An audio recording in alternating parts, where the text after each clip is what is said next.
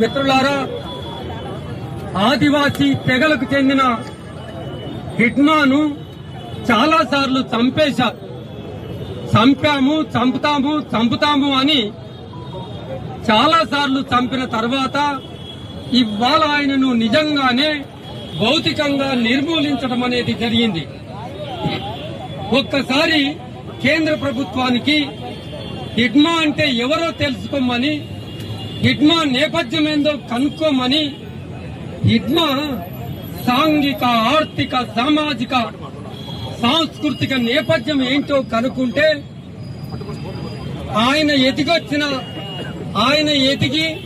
ఎదిగిన తర్వాత సాయుధుడై చేసిన పోరాటం, దాని వెనుక ఉన్న నేపథ్యం కేంద్ర ప్రభుత్వానికి అవగతమవుతుంది.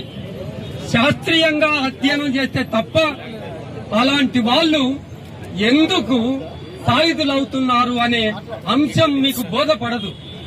ఆయన ఒక ఆదివాసీ, మీకు శత్రువు కావచ్చు, పాలకులకు మాత్రమే శత్రువు కావచ్చు, కానీ 80 కోట్ల మంది ప్రజలకు, 12 కోట్ల మంది ఆదివాసీలకు ఆయన ఆరాధ్య దైవం.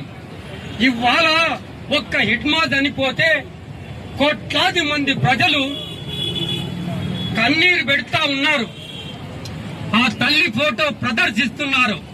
ఆ తల్లి దగ్గరికి వెళ్లి మీరు ఆయనను లొంగిపోమ్మని ఆమె చేత అడిగించారు. ఇవాళ ఆమె చేతిలో భౌతిక కాయాన్ని ఉంచితే ఆమె కన్నీరు మున్నీరై ఏడుస్తా ఉంది.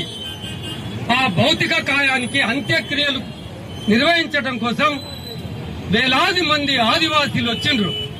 ఒక్కటే చెప్తున్నాం, ఆదివాసీ ఆ కన్నీటి వెనుక ఉన్న గాథ, ఆదివాసీ కన్నీరు ఆగ్రహంగా మారి అమిత్ షాను తప్పకుండా చుట్టుముట్టుతుంది అని మాత్రం తప్పకుండా చెప్పగలం. ఒక మావోయిస్టు పార్టీని అంతం చేస్తామని, హిట్మాను అంతం చేస్తామని కంకణం కట్టుకొని మీరు అంతం చేస్తారేమో, కానీ 53 సంవత్సరాలుగా ఆ ఉద్యమం అందిస్తున్న చైతన్యం ఏదైతే ఉందో, ఆ చైతన్యం, ఆ భావజాలం ప్రజల గుండెల్లో నిగూఢంగా ఉంది. అది ఎప్పుడో పేలిపోతా ఉంది. మార్చి 26, 31 కంటే ముందు, 2026 మార్చి 31 కంటే ముందే ఉద్దేశాలను దగ్గరగా చేరుకున్నామని మీరేదైతే గొప్పగా చెప్తున్నారో, ఒక్క సవాలు విసురుతా ఉన్నాం. అంతకంటే ముందు చేరుకున్నామంటున్నారు కదా.